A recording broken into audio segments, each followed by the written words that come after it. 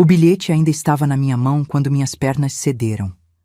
Não foi um desmaio elegante, daqueles de novela, onde a mulher cai graciosamente nos braços de alguém. Foi um desabamento. Meu corpo simplesmente esqueceu como ficar de pé. Os joelhos bateram no piso frio da cozinha, e eu fiquei ali, com aquele papel amassado entre os dedos, lendo e relendo as mesmas palavras como se, na próxima vez, elas fossem mudar. Peguei o dinheiro. Cansei dessa vida medíocre. Vou ser feliz, não me procure. Vida medíocre, 18 anos. 18 anos acordando às 5 da manhã para trabalhar. 18 anos economizando cada centavo, deixando de comprar sapato novo, cortando o cabelo em casa, usando a mesma bolsa surrada porque ainda serve. 18 anos construindo algo que eu achava que era nosso, e para ele tudo isso era medíocre. Meu nome é Regina. Tenho 43 anos, moro em Campinas, no interior de São Paulo, e até aquela tarde de quinta-feira, eu achava que conhecia o homem com quem me casei. Achava que conhecia o pai do meu filho. A casa estava silenciosa demais quando cheguei. Normalmente, a essa hora, Cláudio estaria no sofá assistindo algo no celular, ou reclamando que o jantar estava demorando. Era o ritual de sempre. Eu chegava do trabalho, ele mal levantava os olhos e a vida seguia naquela rotina cinzenta que eu tinha aprendido a aceitar. Mas naquela quinta-feira, algo estava diferente. Primeiro, percebi que o carro dele não estava na garagem. Pensei que tivesse saído para resolver alguma coisa. Depois, notei que a televisão estava desligada. Estranho, porque Cláudio tratava aquele aparelho como extensão do próprio corpo. Entrei pela cozinha. Larguei a bolsa na cadeira de sempre e foi aí que vi o papel dobrado sobre a mesa. Um papel comum, folha de caderno, a letra dele, aquela letra torta que eu conhecia tão bem. Meu coração já sabia antes da minha mente. Alguma coisa dentro de mim já estava se preparando para o impacto, como se o universo tivesse mandado um aviso que eu não soube interpretar. Li uma vez, li 2 vezes. Na terceira, minhas mãos começaram a tremer tanto que as palavras dançavam na minha frente. Corri para o quarto, o guarda-roupa dele estava escancarado, vazio, só os cabides balançando como fantasmas, a gaveta de documentos aberta, o notebook que ele usava para trabalhos freelancer tinha sumido, até a escova de dentes dele não estava mais no banheiro. Ele tinha planejado tudo. Enquanto eu trabalhava, enquanto eu sonhava com o futuro do nosso filho, enquanto eu contava os dias para o vestibular que ainda estava anos à frente, ele estava empacotando a própria vida para fugir. Com o dinheiro, com a amante, com tudo. Sentei na beira da cama que dividíamos há quase 2 décadas e senti o peso do mundo desabar sobre meus ombros. Não chorei imediatamente. O choque era grande demais para lágrimas. Fiquei ali, olhando para o vazio do guarda-roupa, tentando entender como eu não tinha visto os sinais. Ou será que eu tinha visto e simplesmente escolhi ignorar? As noites em que ele chegava tarde demais. As mensagens no celular que ele escondia. O jeito como ele me olhava ultimamente, com um misto de desprezo e impaciência. As discussões por qualquer motivo. O silêncio pesado nos jantares, a frieza quando eu tentava tocá-lo. Tudo estava ali, gritando na minha cara, e eu, cega de esperança, fingia não ouvir. Levantei devagar, como se cada movimento exigisse uma força que eu não tinha mais. Peguei o celular e abri o aplicativo do banco. A conta conjunta, aquela que usávamos para despesas da casa, estava intocada. Mas não era essa que me preocupava, a conta poupança. A conta onde há 12 anos eu depositava religiosamente uma parte do meu salário. Às vezes, R$ 50, às vezes 100. Nos meses bons, 200. Tudo com um único objetivo. A faculdade do Lucas. Meu filho, meu menino. A única coisa que eu tinha feito certo na vida. Digitei a senha com os dedos tremendo. A tela carregou. E quando o saldo apareceu, senti como se alguém tivesse arrancado meu coração do peito com as mãos. 0. Não 0, alguma coisa. 0 absoluto. R$ 87.000. R$ 87.000 que eu havia juntado centavo por centavo, sacrifício por sacrifício, sonho por sonho. Tudo tinha sumido. Transferido para uma conta que eu não conhecia, em uma data que eu nem lembrava o que estava fazendo. Foi aí que as lágrimas vieram. Não lágrimas silenciosas, não lágrimas contidas. Vieram como uma barragem que rompe, violenta e incontrolável. Eu chorava tão alto que minha própria voz me assustava. Um choro que vinha do fundo do estômago, que rasgava a garganta, que parecia querer expulsar toda a dor do mundo de uma vez só. Escorreguei da cama para o chão. Encostei as costas na parede e abracei os próprios joelhos como uma criança perdida. E ali, naquela posição, eu chorei até não ter mais forças. Não sei quanto tempo passou. Pode ter sido 1 hora. Podem ter sido 3. O tempo perdeu o sentido naquela tarde. Só sei que, em algum momento, ouvi a porta da frente se abrindo e passos conhecidos atravessando a sala. Lucas. Meu filho estava chegando da escola. Tentei me recompor. Levantei rápido, limpei o rosto com as costas das mãos. Respirei fundo. Eu não podia deixar ele me ver assim. Não podia transferir esse peso para os ombros de uma criança de 12 anos. Mas quando saí do quarto e encontrei os olhos dele na sala, percebi que era tarde demais. Ele já sabia. Não sei como. Talvez pelo meu rosto inchado, talvez pelo silêncio estranho da casa, talvez porque crianças sentem coisas que adultos tentam esconder.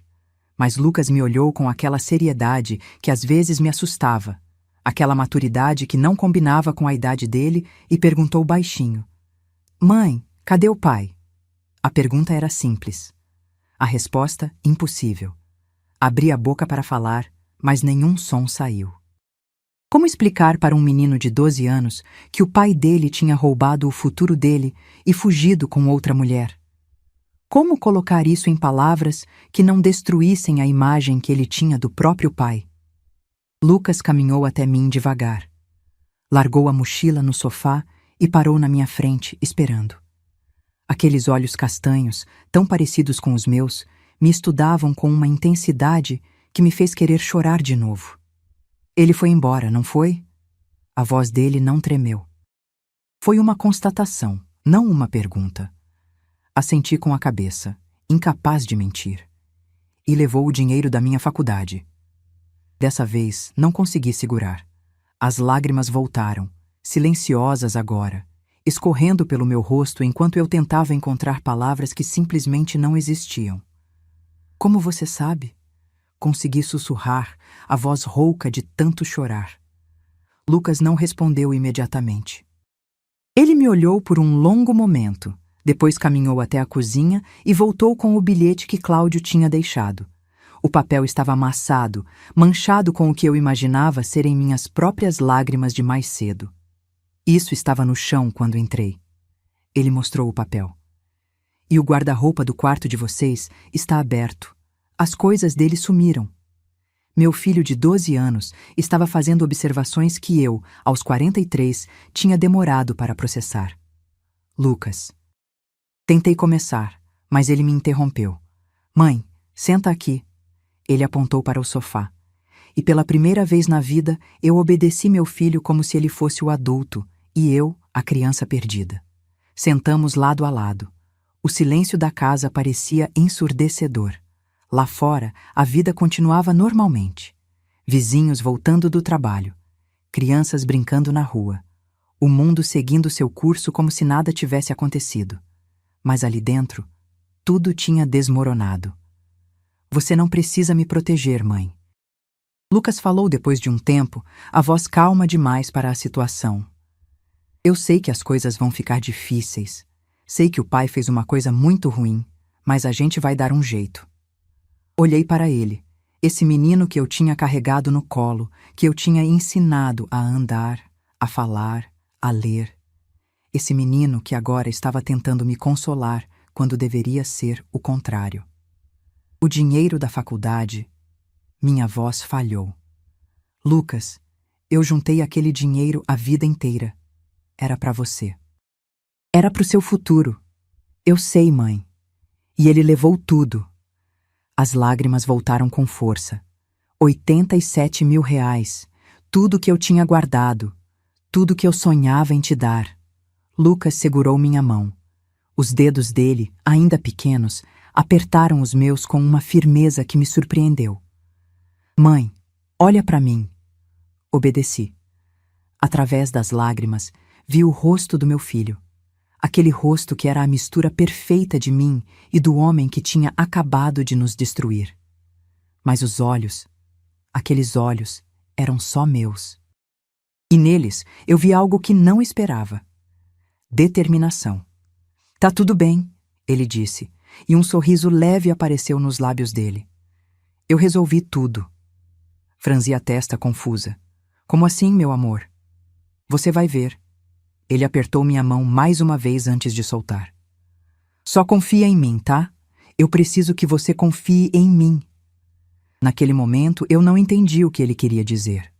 Achei que fosse apenas uma tentativa de me consolar, de fazer a mãe parar de chorar. Crianças fazem isso, não fazem? Inventam soluções mágicas para problemas de adultos, porque ainda acreditam que o mundo pode ser simples. Passei a mão no cabelo dele, sentindo a maciez dos fios castanhos, e forcei um sorriso que eu sabia ser falso. Isso é coisa de adulto, meu amor. Você não precisa se preocupar. Eu sei que é coisa de adulto, ele respondeu, e de novo aquela seriedade estranha tomou conta do rosto dele. Mas às vezes, os adultos precisam de ajuda. E às vezes essa ajuda vem de onde a gente menos espera. Fiquei em silêncio, sem saber o que responder. Lucas levantou do sofá, pegou a mochila e caminhou em direção ao quarto dele. Vou fazer o dever de casa, disse antes de sumir pelo corredor. Você deveria descansar, mãe. Amanhã as coisas vão começar a fazer sentido. E então ele se foi, me deixando sozinha na sala com minhas lágrimas, meu coração partido e uma confusão que eu não conseguia decifrar.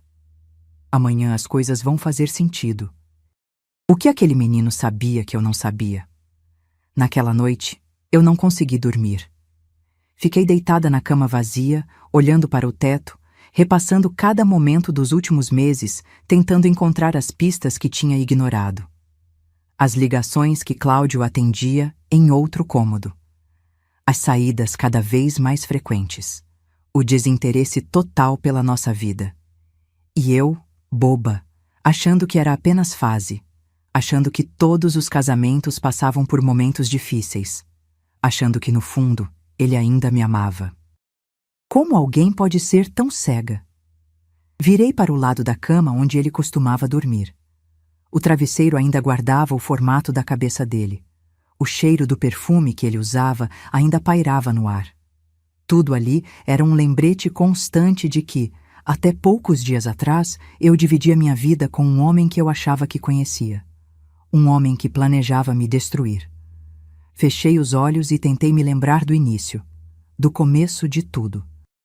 De quando Cláudio era o rapaz charmoso que me fazia rir, que prometia um futuro juntos, que parecia genuinamente interessado em construir uma vida comigo. Será que aquele homem algum dia existiu? Ou foi sempre uma mentira? Não sei em que momento o cansaço venceu. Só sei que, quando abri os olhos novamente, o sol já entrava pela janela e meu celular mostrava 8 da manhã. Eu tinha perdido o horário do trabalho. Pela primeira vez em 15 anos, eu não tinha forças para levantar da cama e fingir que estava tudo bem. Se você está ouvindo essa história agora, me conta nos comentários de que cidade você está me acompanhando e que horas são aí. Eu adoro saber de onde vêm as pessoas que ouvem meus relatos. Às vezes é madrugada, às vezes é no caminho do trabalho, às vezes é enquanto cuida da casa. Seja quando for, eu agradeço você estar aqui comigo. E se você ainda não é inscrita no canal, aproveita esse momento e se inscreve. Deixa o like também, porque isso ajuda demais a história a chegar em mais pessoas que precisam ouvir sobre mulheres que não aceitam ser destruídas. Agora, me deixa continuar contando o que aconteceu depois, porque o que veio a seguir mudou completamente a direção dessa história. Os 2 dias seguintes foram os mais longos da minha vida. Eu me arrastava pela casa como um fantasma, incapaz de comer, de dormir direito, de pensar em qualquer coisa que não fosse a traição. O bilhete de Cláudio parecia ecoar dentro da minha cabeça como um mantra cruel, repetindo aquelas palavras a cada momento de silêncio. Vida medíocre. Vou ser feliz. Não me procure. Tentei ligar para ele dezenas de vezes. Todas caíam na caixa postal. Mandei mensagens que nunca foram lidas. Procurei nas redes sociais e descobri que ele tinha me bloqueado em todas elas. Era como se Cláudio tivesse simplesmente desaparecido da face da terra, levando consigo 18 anos da minha vida e 87 mil reais do futuro do nosso filho. Na primeira manhã, liguei para o banco tentando entender o que tinha acontecido. A atendente foi educada, mas as informações que me deu foram devastadoras. Senhora Regina, as transferências foram realizadas de forma regular, com as senhas corretas e a partir de um dispositivo autorizado. A voz dela era profissional, neutra, como se não estivesse explicando a destruição de uma família. Infelizmente, como a conta estava em nome dos 2 titulares, qualquer um dos 2 poderia movimentar os valores. Mas ele transferiu tudo. Minha voz subiu sem querer, desesperada. 87 mil reais. Eu juntei esse dinheiro por anos. Eu entendo, senhora, e lamento muito pela situação. Mas do ponto de vista bancário, a operação foi realizada dentro dos procedimentos normais. O senhor Cláudio tinha autorização para fazer essas movimentações. Desliguei o telefone sentindo que o chão tinha sumido debaixo dos meus pés. Ele tinha planejado tudo. Cada detalhe. Provavelmente observou minhas rotinas, calculou o melhor momento, transferiu o dinheiro quando sabia que eu estaria ocupada demais para perceber. E agora, legalmente, eu não tinha como recuperar nada. Pelo menos foi o que pensei naquele momento. Lucas parecia estranhamente calmo durante esses dias. Ele ia para a escola, voltava, fazia os deveres, jantava comigo em silêncio. De vez em quando, eu o pegava no quarto mexendo naquele tablet antigo que era do pai, aquele que Cláudio tinha deixado para trás por estar com a tela trincada. "O que você tanto faz nesse tablet?" Perguntei na segunda noite, tentando parecer casual. "Pesquisa para a escola." Ele respondeu rápido, fechando a tela antes que eu pudesse ver. "Projeto de ciências." Aceitei a explicação porque não tinha forças para questionar. Minha mente estava ocupada demais tentando descobrir como eu ia reconstruir minha vida a partir dos escombros que Cláudio tinha deixado. No trabalho, eu me esforçava para manter a compostura. Era secretária administrativa em uma empresa de contabilidade há 15 anos. Um emprego estável, bem remunerado para os padrões da região, mas que agora parecia insuficiente para tudo que eu precisaria enfrentar. Minha chefe, Dona Marta, percebeu que algo estava errado. "Regina, você está bem?" Ela perguntou na sexta-feira, me chamando para a sala dela. "Você parece diferente essa semana." Considerei mentir, dizer que era apenas cansaço, que estava tudo bem, que logo passaria. Mas algo na expressão preocupada dela me fez abaixar a guarda. "Meu marido foi embora." As palavras saíram antes que eu pudesse impedi-las. Levou todo o dinheiro que eu tinha guardado para a faculdade do meu filho e fugiu com outra mulher. O rosto de Dona Marta passou por várias expressões em poucos segundos: surpresa, incredulidade e finalmente uma raiva silenciosa que eu não esperava. "Quanto ele levou?" A voz dela ficou mais baixa, mais séria. 87 mil reais. Jesus Cristo! Ela fechou os olhos por um momento, processando a informação. "Você foi na polícia?" "E adiantaria?" Minha voz saiu mais amarga do que eu pretendia. O dinheiro estava numa conta em nome dos 2. Legalmente, ele podia fazer o que fez. "Legalmente." Dona Marta repetiu a palavra como se fosse um insulto. "Regina, eu conheço um advogado, especialista em direito de família. Deixa eu ligar para ele." Eu ia protestar, dizer que não tinha dinheiro para advogado, mas ela já estava pegando o telefone. Foi nesse momento que percebi que eu não estava tão sozinha quanto achava. Nos dias seguintes, as coisas começaram a se mover de formas que eu não esperava. O advogado que Dona Marta indicou, Dr. Felipe, concordou em fazer uma consulta inicial gratuita. Quando contei minha história para ele, vi a mesma expressão de indignação que tinha visto no rosto da minha chefe. Senhora Regina, o que seu marido fez não é apenas uma questão civil. Ele falou com firmeza, os olhos fixos nos meus. Existe uma criança envolvida, e quando o dinheiro destinado ao bem-estar de um menor é desviado dessa forma, a coisa muda de figura. Mas ele era o pai. A conta estava no nome dos dois. Sim, mas a destinação daquele dinheiro era específica. Você guardou aqueles valores durante anos com um propósito claro, a educação do seu filho. Isso pode ser caracterizado como peculato doméstico, especialmente se pudermos provar que ele agiu de má fé. E como eu provo isso? Perguntei, sentindo uma fagulha de esperança pela primeira vez desde que tudo desmoronou. Dr. Felipe suspirou. Precisamos de provas. Mensagens, e-mails, qualquer coisa que mostre que ele planejou a fuga, que estava em um relacionamento extraconjugal, que sabia exatamente o que estava fazendo. Sem isso, fica a palavra de um contra o outro. Voltei para casa naquela noite com a cabeça girando. Provas. Eu não tinha provas de nada. Cláudio era cuidadoso. Nunca deixou o celular desbloqueado perto de mim. Sempre usava senhas que eu não conhecia. Apagava históricos, escondia recibos, mantinha toda a vida paralela dele em um compartimento que eu nunca teve acesso. Como eu ia provar alguma coisa? Entrei em casa derrotada, pronta para mais uma noite de insônia e lágrimas. Lucas estava na sala, assistindo televisão, aparentemente tranquilo. "Oi, mãe", ele disse quando me viu, aquele sorriso calmo de novo no rosto. "Como foi o dia?" "Foi..." Hesitei, sem saber como responder. "Foi complicado." E sentei ao lado dele no sofá, o peso do mundo nos meus ombros. "Fui conversar com um advogado." Contei, sem saber por que estava dividindo aquilo com uma criança de 12 anos. "Ele disse que preciso de provas para processar seu pai. Mas eu não tenho nenhuma." Lucas não respondeu imediatamente. Vi algo passar pelos olhos dele, uma sombra de pensamento que eu não consegui decifrar. Depois, ele voltou a olhar para a televisão como se nada tivesse acontecido. "Às vezes as provas estão mais perto do que a gente imagina", ele disse baixinho, quase como se falasse consigo mesmo. Franzi a testa. "O que você quer dizer com isso?"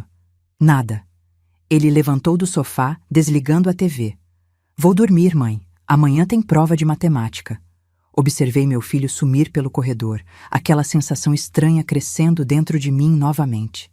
Tinha algo ali que eu não estava vendo, algo que Lucas sabia e não estava me contando, mas eu estava exausta demais para insistir. O final de semana foi uma tortura. Fiquei em casa, incapaz de sair, revivendo cada momento do casamento, tentando encontrar os pontos onde tudo começou a dar errado. As brigas constantes, as humilhações veladas, o jeito como Cláudio sempre me fazia sentir pequena, insuficiente, incapaz. "Você não sabe de nada", ele costumava dizer quando eu tentava opinar sobre as finanças da casa. "Isso é assunto meu."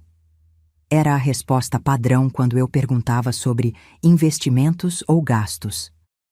"Você deveria ser grata por eu ainda estar aqui." Essa era a favorita dele, jogada no meio de qualquer discussão como um lembrete de que eu era sortuda por ter um homem que aguentava conviver comigo. E eu acreditava. De alguma forma distorcida, eu realmente acreditava que era sortuda. Agora, olhando para trás, eu via com clareza assustadora como ele tinha construído uma prisão ao meu redor. Tijolo por tijolo, palavra por palavra, ele tinha demolido minha autoestima até eu esquecer que merecia melhor. E Lucas assistiu a tudo isso crescendo. Meu filho viu o pai tratar a mãe como menos. Viu as discussões, os silêncios, as lágrimas que eu tentava esconder. E mesmo assim, de alguma forma, ele cresceu diferente. Cresceu com uma noção de certo e errado que Cláudio nunca teve. Como isso era possível? Na segunda-feira de manhã, antes de ir para a escola, Lucas parou na porta da cozinha onde eu tomava café sem conseguir comer nada. Mãe, a voz dele era séria. Olhei para ele, o uniforme escolar impecável, a mochila nos ombros, aquele rosto que era meu maior orgulho no mundo. O que foi, meu amor? Hoje vai acontecer uma coisa, ele disse, escolhendo as palavras com cuidado. E quando acontecer, eu preciso que você não fique brava comigo. Lucas, do que você está falando? Ele hesitou por um segundo, como se estivesse debatendo internamente quanto podia revelar. Você vai entender quando chegar a hora.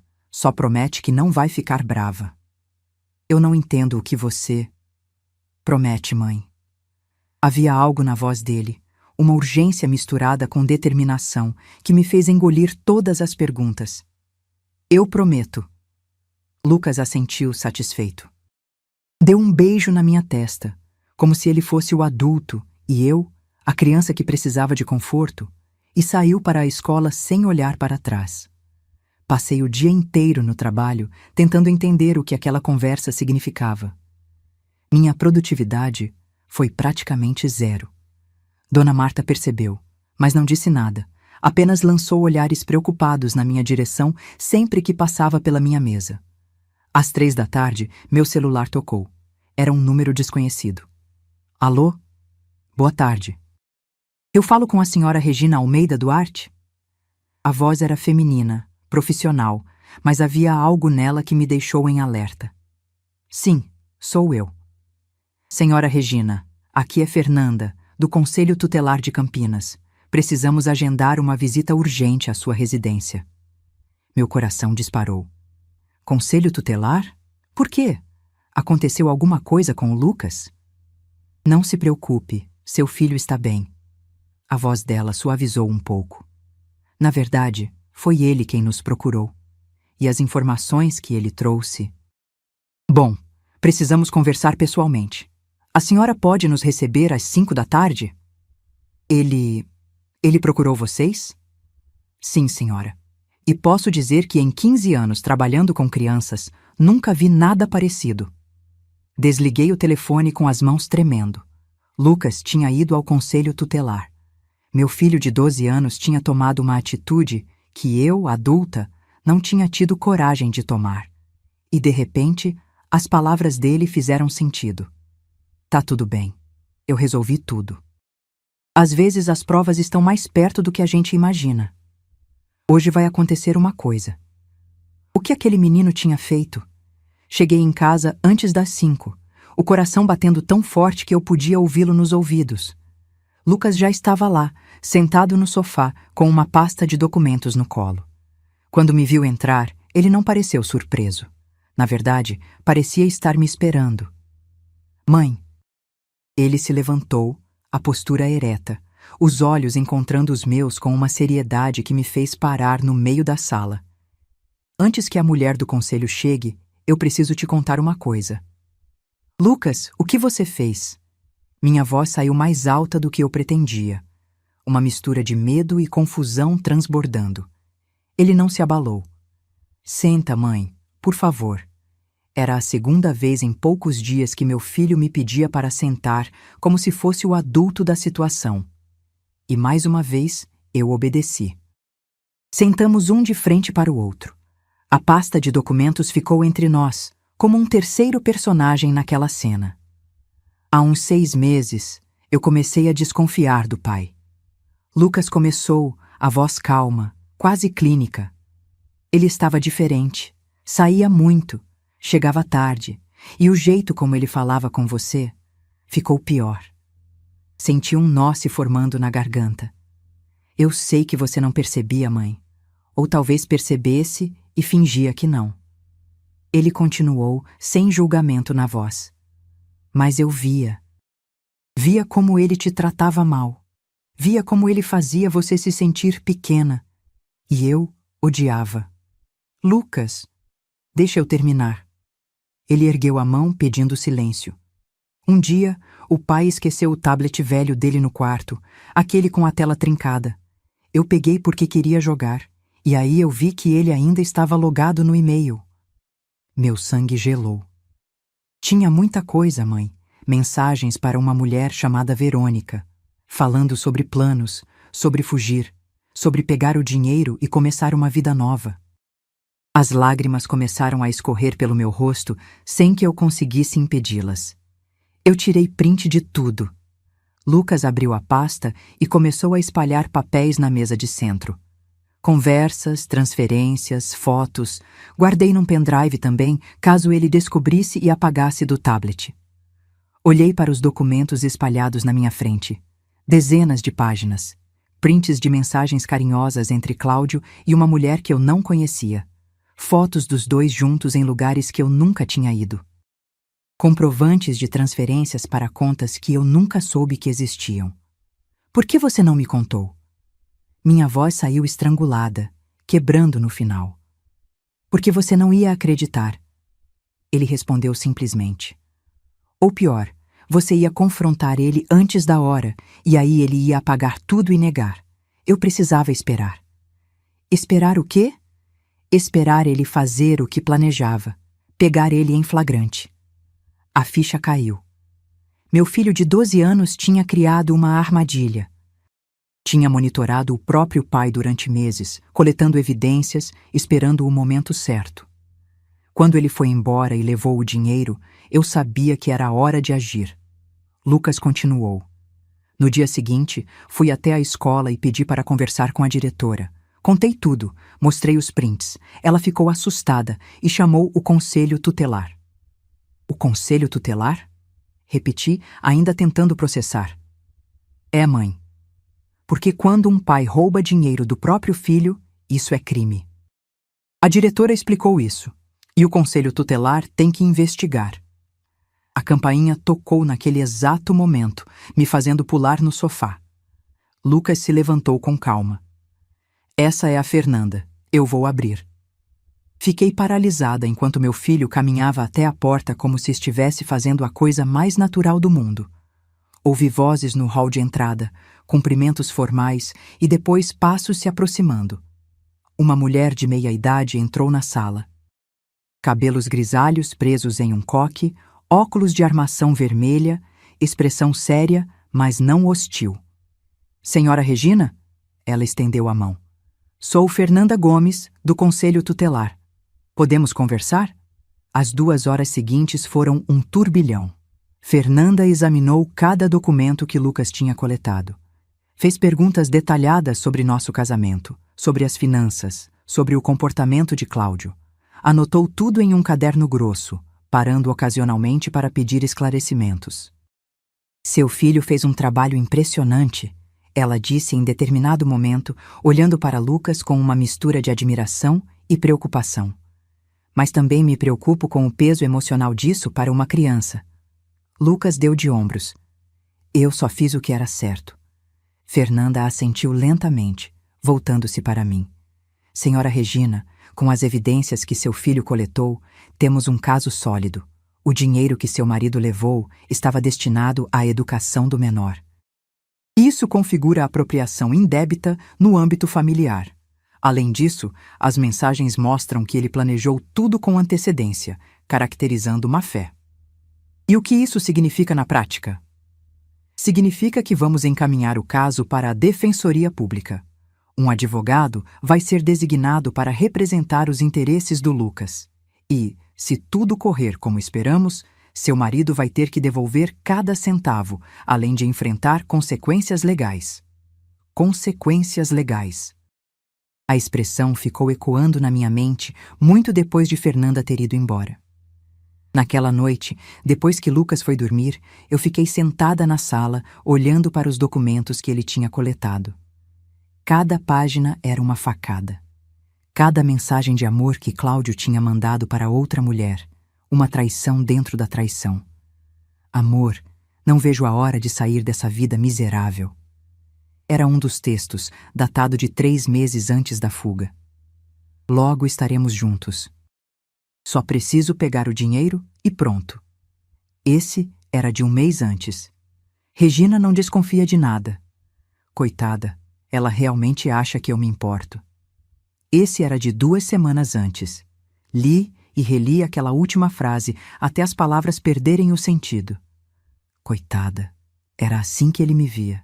Uma mulher patética, fácil de enganar, que não merecia nem a consideração de uma explicação decente. E talvez, por muito tempo, eu tenha sido exatamente isso. Mas olhando para aqueles papéis, algo começou a mudar dentro de mim. A dor continuava ali, pulsante e real. Mas junto com ela, uma raiva nova estava nascendo. Não aquela raiva impotente dos primeiros dias, aquela que só servia para me fazer chorar mais. Essa era diferente. Era uma raiva com propósito. Cláudio achou que podia me destruir e sair impune. Achou que eu era fraca demais para reagir. Achou que ia fugir com a amante e viver feliz para sempre enquanto eu ficava para trás, recolhendo os pedaços da vida que ele tinha estilhaçado. Mas ele esqueceu de uma coisa. Ele esqueceu que eu tinha criado um filho que era 1000 vezes mais homem do que ele jamais seria. O processo começou a andar mais rápido do que eu esperava. O advogado da Defensoria Pública, Dr. Marcos, era um homem jovem, recém-formado, mas com um fogo nos olhos que me dava esperança. Quando viu as provas que Lucas tinha coletado, ele quase não conseguiu esconder a satisfação. Isso é ouro, ele disse folheando os prints. Raríssimo ter um caso tão bem documentado. Seu filho é um gênio, sabia? Lucas, que estava presente na reunião, apenas deu aquele sorriso contido que eu estava começando a reconhecer. Eu só prestei atenção, respondeu com modéstia. Dr. Marcos montou uma estratégia em poucos dias. O primeiro passo foi entrar com um pedido de urgência para bloqueio das contas de Cláudio. Com as evidências de que ele tinha desviado dinheiro destinado a um menor, o juiz não hesitou. A decisão saiu em menos de uma semana. Todas as contas em nome de Cláudio Augusto Duarte foram bloqueadas. Cartões cancelados. Qualquer movimentação financeira impossibilitada. Eu imaginei a cena quando ele descobriu. Provavelmente estava em algum hotel com a tal Verônica, planejando a vida nova que ia construir com o meu dinheiro. E de repente, nada funcionava. Os cartões recusados, os saques negados, o paraíso que ele tinha sonhado se transformando em pesadelo. A confirmação veio 2 dias depois. Eram 9 da noite quando meu celular começou a tocar. Número desconhecido, mas de São Paulo. Atendi sem pensar. Alô? O que você fez? A voz de Cláudio cortou a linha como uma explosão. Alta, descontrolada, irreconhecível. Cláudio! Meu coração disparou, mas dessa vez não era medo, era algo diferente. Suas contas foram bloqueadas. Meu dinheiro, meus cartões. A polícia veio aqui. Fiquei em silêncio por um momento, absorvendo o caos do outro lado da linha. Eu não fiz nada. Respondi, a voz mais calma do que eu esperava. Você fez. Você roubou o dinheiro do seu próprio filho. Isso é um absurdo. Eu tenho direito àquele dinheiro. Não, Cláudio, você não tem. Aquele dinheiro era para a faculdade do Lucas. Estava numa conta conjunta por conveniência, mas o destino dele sempre foi claro. E você sabia disso. Ouvi a respiração dele do outro lado, pesada, irregular. Podia imaginar o rosto vermelho de raiva, as veias saltando no pescoço. Foi você que armou isso. Você e aquele advogado. Não fui eu? Então quem foi? Olhei para a porta do quarto de Lucas, que estava entreaberta. Ele estava ali, parado no corredor, ouvindo tudo. Foi seu filho. Respondi, sentindo um orgulho estranho crescer dentro de mim. O filho que você abandonou. O menino que você achou que podia pisar e deixar para trás. Ele fez o que eu deveria ter feito há anos. O silêncio do outro lado foi ensurdecedor. Isso não é possível. A voz de Cláudio tinha mudado, o volume caindo, uma incredulidade tomando o lugar da raiva. Ele é uma criança. Uma criança mais inteligente e mais íntegra do que você jamais foi. Mais silêncio. Quando Cláudio falou de novo, a voz estava diferente, menor, quase suplicante. Regina, a gente pode conversar, resolver isso entre nós. Eu posso devolver uma parte do dinheiro, a gente faz um acordo. Não, Cortei ele antes que pudesse terminar. Você vai devolver cada centavo. Vai enfrentar as consequências do que fez. E nunca mais vai ter o direito de chamar Lucas de filho. Você não pode fazer isso. Eu sou o pai dele. Você abriu mão desse título quando fugiu com o dinheiro da faculdade dele para viver com sua amante. Desliguei o telefone antes que ele pudesse responder. Minhas mãos tremiam. Meu coração batia descompassado. Mas quando olhei para Lucas, ainda parado no corredor, senti algo que não sentia há muito tempo. Força. Ele caminhou até mim e sentou ao meu lado no sofá. Você foi incrível, mãe, disse baixinho, encostando a cabeça no meu ombro. Você foi incrível, respondi, passando o braço ao redor dele. Eu ainda não entendo como você fez tudo isso, sozinho, com 12 anos. Lucas ficou em silêncio por um momento. Não foi sozinho, ele disse depois. Você me ensinou. Todo dia, sem perceber, você me ensinava. Te ensinava o quê? Que as pessoas mostram quem elas são através das ações, não das palavras, que a gente precisa prestar atenção nos detalhes, que guardar provas é importante. Ele levantou a cabeça para me olhar. Você vive num escritório de contabilidade, mãe. Você trabalha com documentos, com números, com evidências. Eu só apliquei o que via você fazer. Senti as lágrimas voltando, mas dessa vez eram diferentes. Não eram de dor. Eram de algo que eu tinha esquecido que podia sentir.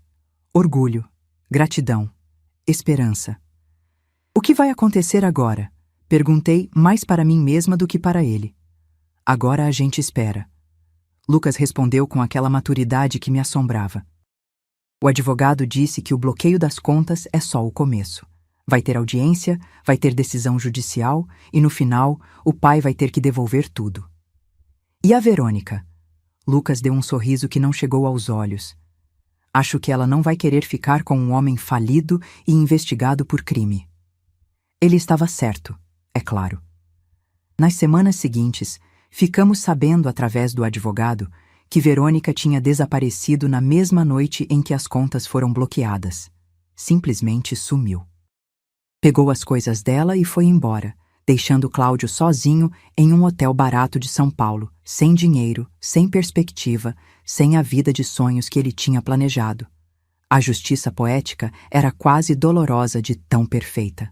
O processo judicial começou a tomar forma nas semanas seguintes. Dr. Marcos trabalhava incansavelmente, montando um caso que ele chamava de a prova de bala. Com as evidências que Lucas tinha coletado, mais os registros bancários, mais a denúncia formal do Conselho Tutelar, tínhamos um arsenal que poucos advogados de defesa conseguiriam contestar. O caso vai para a vara da família primeiro, Dr. Marcos explicou durante uma de nossas reuniões. Vamos pedir a reversão imediata das transferências, mais pensão alimentícia retroativa, mais indenização por danos morais. Danos morais? Franzi a testa confusa. O abandono material e emocional do menor. O desvio de recursos destinados à educação dele. O trauma psicológico causado pela forma como tudo aconteceu. Dr. Marcos olhou para Lucas, que estava sentado ao meu lado. Seu pai não fugiu apenas com dinheiro, Lucas. Ele fugiu com a sua segurança, a sua estabilidade, a sua confiança. Lucas assentiu lentamente, absorvendo as palavras. Eu entendo. Bom, porque você pode precisar falar isso para o juiz. Aquela ideia me assustou mais do que qualquer outra. Ele vai ter que testemunhar? Perguntei, instintivamente puxando Lucas para mais perto. Provavelmente não em audiência formal. O juiz pode pedir para conversar com ele em particular, em um ambiente mais acolhedor. É protocolo em casos envolvendo menores. Dr. Marcos percebeu minha preocupação e suavizou o tom. Não se preocupe, senhora Regina. Lucas já demonstrou uma maturidade extraordinária. Ele vai se sair bem. Saímos do escritório naquele dia com uma lista de documentos para reunir e um cronograma de próximos passos. O processo ia levar alguns meses, talvez mais de um ano. A justiça brasileira não era conhecida pela agilidade, mas pelo menos as coisas estavam em movimento. E havia outro processo acontecendo em paralelo.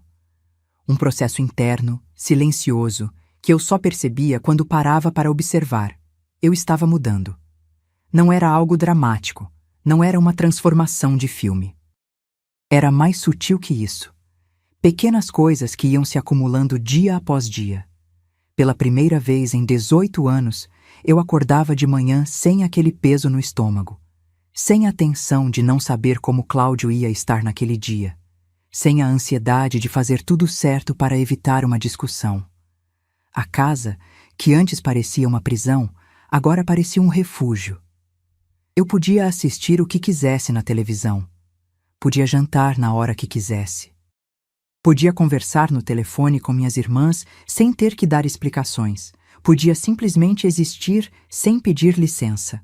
É assustador perceber o quanto você estava sufocada só quando finalmente consegue respirar. Minha irmã mais velha, Célia, foi a primeira a notar a mudança. Regina, você está diferente. Ela disse durante um almoço de domingo na casa dela, estudando meu rosto como se procurasse algo. Não sei explicar. Você parece mais leve? Pensei antes de responder. Eu acho que estou descobrindo quem eu era antes de casar com ele. Célia ficou em silêncio por um momento, os olhos marejando. Você sabe que eu nunca gostei dele, né? A voz dela saiu baixa, como se fosse uma confissão há muito guardada. Desde o início, tinha algo nele que me incomodava. Mas você parecia tão feliz no começo e eu não queria ser a irmã chata que estraga tudo. Por que você nunca me contou? Porque você não ia ouvir. Ela deu um sorriso triste. A gente nunca ouve quando está apaixonada. E depois, quando o amor vira costume, a gente se convence de que é assim mesmo, que casamento é isso. Não é? Não, Regina, não é. Célia segurou minha mão por cima da mesa.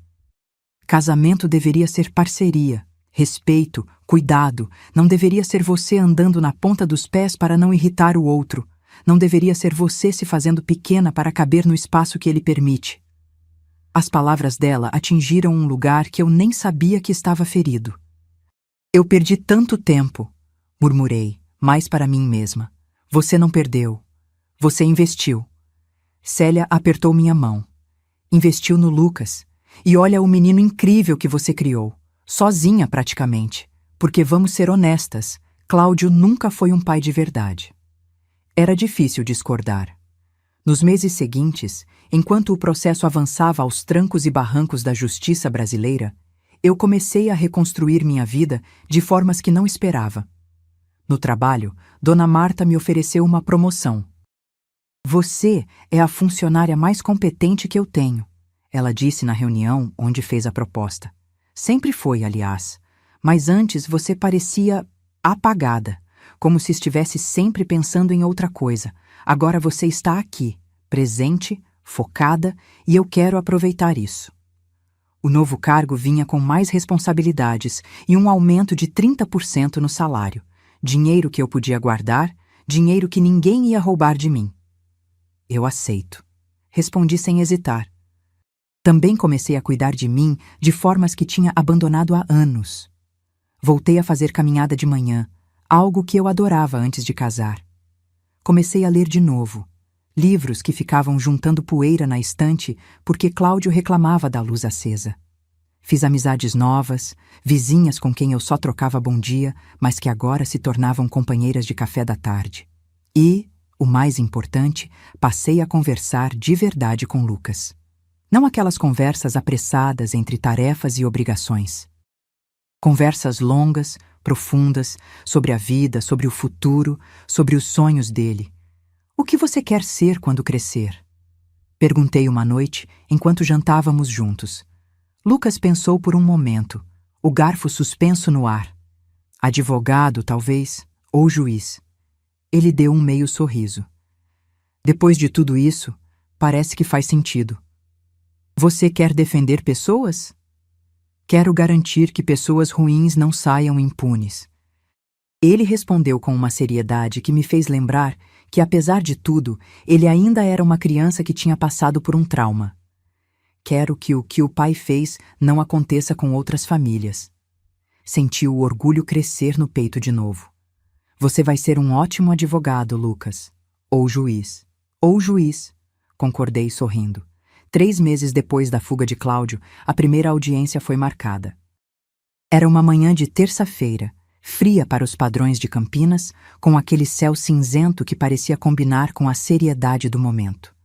Dr. Marcos nos encontrou na entrada do fórum, impecável em seu terno escuro, a pasta cheia de documentos debaixo do braço. Prontos? Ele perguntou, olhando para mim e para Lucas. Eu não estava pronta. Meu estômago revirava, minhas mãos suavam frio, e eu tinha passado a noite anterior sem conseguir dormir direito. Mas olhei para meu filho ao meu lado, tão calmo, tão composto, e encontrei forças que não sabia que tinha. Prontos.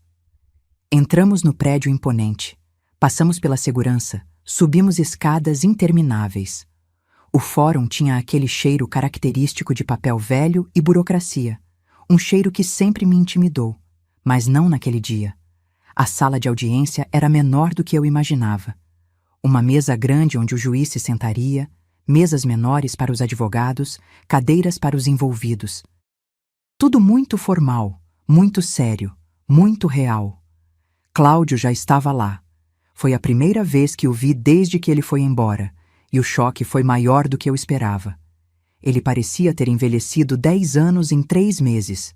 O cabelo estava mais grisalho, a barba por fazer, olheiras profundas marcavam o rosto. As roupas que ele usava, antes sempre impecáveis, estavam amarrotadas, como se ele tivesse dormido com elas. Quando nossos olhares se cruzaram, vi algo que nunca tinha visto nos olhos dele antes. Medo. Cláudio tinha medo.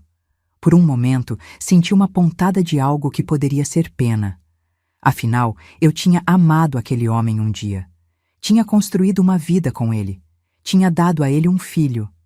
Mas então lembrei do bilhete, da conta zerada, das mensagens para Verônica, do vida medíocre.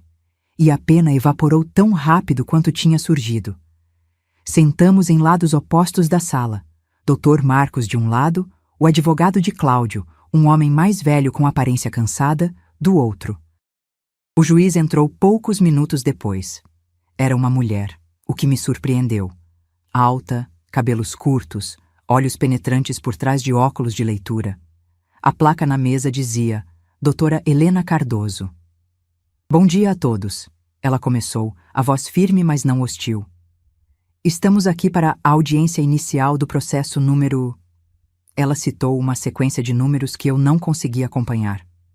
Regina Almeida Duarte contra Cláudio Augusto Duarte, tendo como representado o menor Lucas Almeida Duarte.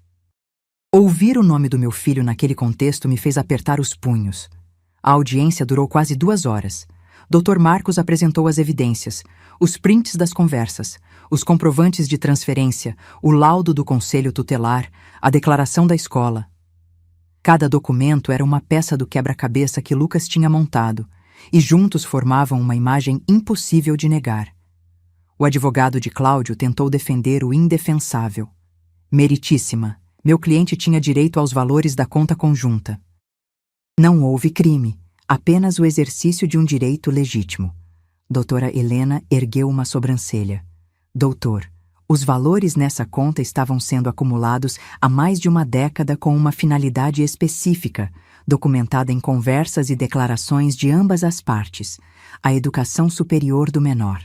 Seu cliente sabia disso e, mesmo assim, desviou integralmente os recursos para uso pessoal. Como o senhor caracteriza isso como direito legítimo? O advogado hesitou, visivelmente desconfortável. A conta estava em nome dos dois, meritíssima. Tecnicamente, doutor, estamos falando de apropriação de recursos destinados a um menor. E, tecnicamente, isso é crime. A juíza não deixou espaço para réplica. Além disso, as mensagens apresentadas pela parte autora demonstram claramente premeditação e má-fé. Seu cliente não agiu por impulso. Ele planejou a fuga durante meses. Cláudio afundou na cadeira, o rosto cada vez mais pálido. No final da audiência, doutora, Helena tomou as primeiras decisões. Determino a manutenção do bloqueio de todas as contas e bens em nome do réu até resolução final do processo. Determino também o pagamento imediato de pensão alimentícia provisória no valor de 2 salários mínimos, a ser depositada na conta da representante legal do menor até o 5º dia útil de cada mês. 2 salários mínimos, quase R$ 3.000 por mês. Era mais do que Cláudio jamais tinha contribuído voluntariamente para a criação do próprio filho. Quanto à devolução dos valores desviados, a juíza continuou consultando os documentos. Aguardaremos a conclusão da instrução processual para a decisão definitiva. Mas adianto que, com as provas apresentadas, a tendência é de condenação. O advogado de Cláudio tentou mais uma objeção, mas foi cortado. Audiência encerrada. Saímos do fórum em silêncio. Lucas caminhava ao meu lado, a expressão ilegível. Dr. Marcos vinha logo atrás, já falando sobre os próximos passos. Isso foi muito bom. Ele disse assim que passamos pelas portas de vidro. A juíza claramente entendeu a gravidade da situação. Agora é questão de tempo. Quanto tempo? Perguntei. Alguns meses para a sentença, mas com o bloqueio mantido e a pensão determinada, a situação dele vai ficar cada vez mais difícil. Não vai ter como escapar. Olhei para trás, para o prédio do fórum que se erguia imponente contra o céu cinzento. Dentro daquele prédio, em alguma sala, Cláudio provavelmente estava digerindo o que acabara de acontecer. O homem que achava que podia fazer o que quisesse, que podia roubar e fugir e recomeçar sem consequências, estava descobrindo que o mundo não funcionava assim. E quem tinha ensinado essa lição a ele era um menino de 12 anos. Vamos para casa, disse para Lucas, passando o braço ao redor dos ombros dele. Você merece uma pizza. Pela primeira vez naquele dia, ele sorriu de verdade. Com borda recheada? Com borda recheada. A sentença final veio 8 meses depois da primeira audiência. 8 meses de espera, de ansiedade, de noites em claro. 8 meses vendo Cláudio tentar de tudo para escapar das consequências. Recursos, pedidos de reconsideração, alegações de que ele estava sendo injustiçado. Nada funcionou. Doutora Helena Cardoso foi implacável em cada decisão. O dia da sentença chegou numa quinta-feira de primavera, dessas em que o sol brilha forte demais e parece impossível que algo ruim possa acontecer. Mas eu não confiava em nada até ter o papel nas mãos. Dr. Marcos ligou às 3 da tarde. Senhora Regina? A voz dele tinha algo diferente, uma vibração que me fez prender a respiração. A sentença saiu. E... meu coração disparou. Ganhamos tudo. Precisei sentar porque minhas pernas simplesmente pararam de funcionar. Como assim tudo? Devolução integral dos R$ 87.000, corrigidos monetariamente. Mais indenização por danos morais no valor de R$ 20.000. Mais pensão alimentícia definitiva de 2 salários mínimos até Lucas completar 24 anos ou concluir curso superior. Mais... Ele fez uma pausa dramática. Suspensão do poder familiar. Suspensão do poder familiar? Isso significa que Cláudio perde todos os direitos sobre Lucas. Não pode mais tomar decisões sobre educação, saúde, nada. Ele continua sendo pai biológico, mas, na prática, perdeu a autoridade parental. As lágrimas vieram antes que eu pudesse impedi-las. Não eram lágrimas de dor dessa vez.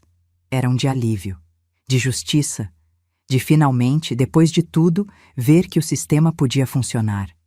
O dinheiro... Consegui perguntar entre soluços. Quando a gente recebe? O bloqueio já determinou a transferência. Deve cair na sua conta em até 30 dias. Os 87.000 mais a correção dá um pouco mais de R$ 95.000. R$ 95.000. Mais do que eu tinha perdido. A justiça não só devolveu o que era nosso, como compensou pelo tempo, pela angústia, pelo trauma. Quando Lucas chegou da escola naquele dia, eu estava esperando na porta. Ele percebeu imediatamente que algo tinha mudado. Estudou meu rosto por alguns segundos, lendo cada linha de expressão como sempre fazia, e então perguntou: Saiu? Assenti, incapaz de falar sem chorar de novo. O sorriso que se abriu no rosto dele foi a coisa mais bonita que eu já tinha visto. Não um sorriso de triunfo, não um sorriso de eu te disse. Era um sorriso de paz, de um peso finalmente sendo tirado dos ombros.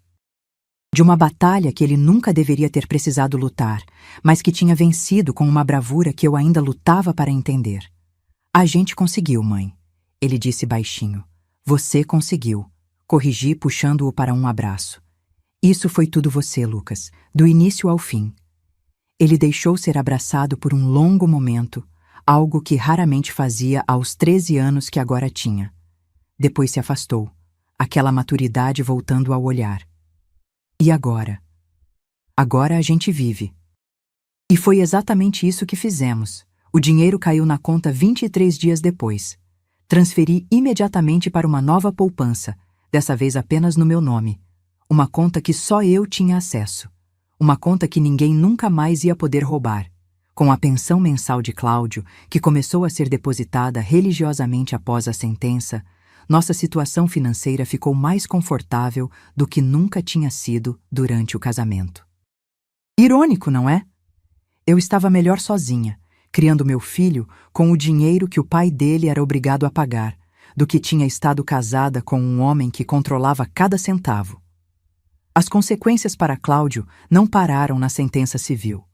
Dr. Marcos me explicou que o caso tinha sido encaminhado para a esfera criminal também. A apropriação dos valores destinados ao menor configurava crime, e o Ministério Público tinha decidido prosseguir com a denúncia. Ele pode pegar prisão? Perguntei durante uma de nossas últimas reuniões. Dificilmente nesse tipo de caso, mas vai ter antecedentes criminais, e isso vai dificultar muito a vida dele daqui para frente. Não sei explicar o que senti ouvindo aquilo. Não era satisfação exatamente. Não era alegria. Era algo mais complexo, mais ambíguo. Uma sensação de que o universo, apesar de toda a sua injustiça, às vezes conseguia equilibrar as coisas. Cláudio, o homem que achava que podia fazer o que quisesse sem consequências, agora tinha a vida em ruínas. Sem dinheiro, porque tudo estava bloqueado ou destinado a pagar o que devia. Sem a amante, que tinha desaparecido assim que os problemas começaram. Sem emprego estável, porque quem ia contratar alguém investigado por crime contra o próprio filho? Sem família, porque até os próprios irmãos dele tinham se afastado quando souberam de tudo. E sem o filho que ele achava que não se importaria de perder. Esse, talvez, tenha sido o golpe mais duro. Algumas semanas depois da sentença, recebi uma carta. Não um e-mail, não uma mensagem, uma carta física, escrita à mão, em papel de caderno. Era de Cláudio. Hesitei antes de abrir. Parte de mim queria jogar fora sem ler. Parte de mim precisava saber o que ele tinha a dizer. A carta era longa, quase 3 páginas. Cheia de erros de português, de frases desconexas, de um desespero que transparecia em cada palavra borrada. Ele pedia perdão. Dizia que tinha errado, que tinha sido um idiota, que a Verônica tinha manipulado ele. Dizia que queria voltar, que queria uma segunda chance, que podia ser diferente. Dizia que amava Lucas, que sentia falta dele, que não conseguia viver sabendo que o próprio filho tinha sido responsável pela sua destruição. Li a carta inteira, do começo ao fim. Depois dobrei cuidadosamente e guardei numa gaveta. Não respondi. Algumas semanas depois, outra carta chegou. Mais desesperada que a primeira. Cláudio dizia que estava morando de favor na casa de um conhecido, que não tinha dinheiro nem para comer direito, que precisava de ajuda. Essa eu nem abri. Joguei direto no lixo. Lucas nunca perguntou sobre as cartas. Talvez ele soubesse, do jeito misterioso que ele sempre parecia saber das coisas, mas nunca comentou nada. O relacionamento dele com o pai estava oficialmente encerrado. E ele parecia em paz com isso. 1 ano depois do início de tudo, as coisas finalmente tinham se estabilizado. Eu tinha sido promovida de novo no trabalho, agora ocupando um cargo de coordenação que me dava não apenas um salário melhor, mas também um senso de propósito que eu tinha perdido em algum lugar dos últimos 18 anos. Lucas estava indo muito bem na escola, com notas excelentes e já falando sobre qual faculdade queria cursar. Direito, claro. Ele tinha descoberto sua vocação da forma mais improvável possível. Nossa casa, que antes era palco de tensão e medo, agora era um refúgio de paz. Decorei do jeito que eu queria. Comprei móveis que eu escolhi. Plantei flores no jardim que Cláudio nunca me deixou ter. Era minha casa agora. Nossa casa. Minha e de Lucas. E era linda. Numa noite de sexta-feira, estávamos os dois na sala assistindo um filme quando Lucas de repente pausou e me olhou. Mãe? Você é feliz? A pergunta me pegou desprevenida. Olhei para ele, esse menino que tinha se tornado meu herói, e pensei antes de responder. Sou, disse finalmente. Pela primeira vez em muito tempo, eu realmente sou. Ele assentiu, satisfeito com a resposta. Eu também. Ficamos em silêncio por um momento, o filme esquecido na televisão. Lucas, comecei hesitante. Você se arrepende de alguma coisa? De ter feito o que fez? Ele pensou por um longo momento. Não. A voz dele era firme. Eu faria tudo de novo. A única coisa que eu queria era proteger você, mãe, e proteger nosso futuro. Mas você era só uma criança. Isso não deveria ter sido sua responsabilidade. Não deveria, ele concordou. Mas era a realidade, e quando a realidade é injusta, a gente tem duas escolhas: aceitar ou lutar. Eu escolhi lutar. Senti as lágrimas voltando, aquelas lágrimas de orgulho que eu já tinha derramado tantas vezes. De onde você tirou tanta força? Perguntei genuinamente curiosa. Lucas sorriu, aquele sorriso sábio demais para a vaidade. De você, mãe. Eu vi você aguentar coisas que teriam destruído qualquer pessoa. Vi você levantar todo dia, trabalhar, cuidar de mim, mesmo quando tudo parecia impossível. Se você conseguia fazer isso, eu também conseguia fazer a minha parte. Abracei meu filho com toda a força que tinha, e naquele abraço senti que finalmente tínhamos chegado ao outro lado.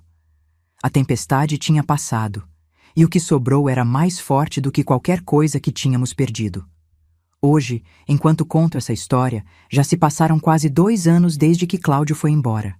Lucas tem 14 anos agora. Está mais alto, a voz começando a mudar, os traços de menino dando lugar aos de um jovem homem. Mas os olhos continuam os mesmos. Aqueles olhos castanhos que são iguais aos meus, cheios de inteligência e determinação. A faculdade dele está garantida. O dinheiro que recuperamos, mais o que continuamos guardando, mais a pensão que Cláudio é obrigado a pagar, formam um fundo que vai permitir que ele estude onde quiser, sem preocupações, sem limitações, tudo o que eu sempre sonhei para ele. E eu também mudei. Olho no espelho hoje e quase não reconheço a mulher que era antes. Aquela Regina submissa, insegura, que vivia na ponta dos pés para não irritar o marido. Ela foi embora junto com ele. No lugar dela, surgiu alguém que eu gosto muito mais. Uma mulher que sabe seu valor. Uma mulher que não aceita desrespeito.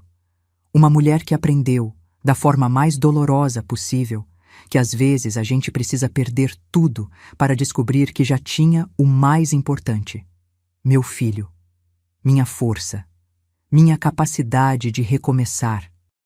Às vezes, quando estou sozinha, penso em como as coisas poderiam ter sido diferentes. Se Cláudio não tivesse fugido, se ele tivesse sido o marido e pai que fingia ser. Se eu tivesse passado a vida inteira naquela prisão invisível, sem nunca descobrir que podia ser livre. Seria isso uma vida? Acho que não. Acho que o que Cláudio fez, por mais devastador que tenha sido no momento, acabou sendo o maior presente que ele poderia ter me dado. Ele me libertou. Sem querer, sem perceber, ele me deu a chance de ser quem eu realmente era. E Lucas, meu menino brilhante, fez o resto. Ontem à noite, ele veio até mim com um papel na mão. O que é isso? Perguntei. Um poema que escrevi para a aula de português. A professora pediu para escrever sobre alguém que a gente admira. Peguei o papel, o coração já apertando. Era sobre mim. Sobre como eu tinha sido forte. Sobre como eu tinha aguentado. Sobre como eu tinha escolhido lutar em vez de desistir. Li cada palavra com lágrimas escorrendo pelo rosto. Lucas, isso é lindo. É verdade, ele disse simplesmente. Você é a pessoa mais forte que eu conheço, mãe. Abracei ele com força, esse menino que me salvou quando eu nem sabia que precisava ser salva. Se você chegou até aqui, obrigada. Obrigada por ouvir minha história até o final. Obrigada por acompanhar a jornada de uma mulher que quase foi destruída, mas que encontrou forças para se reconstruir. E se você está passando por algo parecido, se está presa num casamento que sufoca, numa situação que parece impossível, eu quero que você saiba de uma coisa. Você é mais forte do que imagina. Às vezes, a ajuda vem de onde a gente menos espera. Às vezes, um filho de 12 anos pode fazer o que adultos não conseguem. Às vezes, perder tudo é o primeiro passo para ganhar o que realmente importa. Não desista. Você merece mais. E o mais vai chegar. Se você gostou dessa história, deixa um like e um comentário me contando o que achou. Me diz também de onde você está me ouvindo e que horas são aí. Adoro ler cada mensagem de vocês.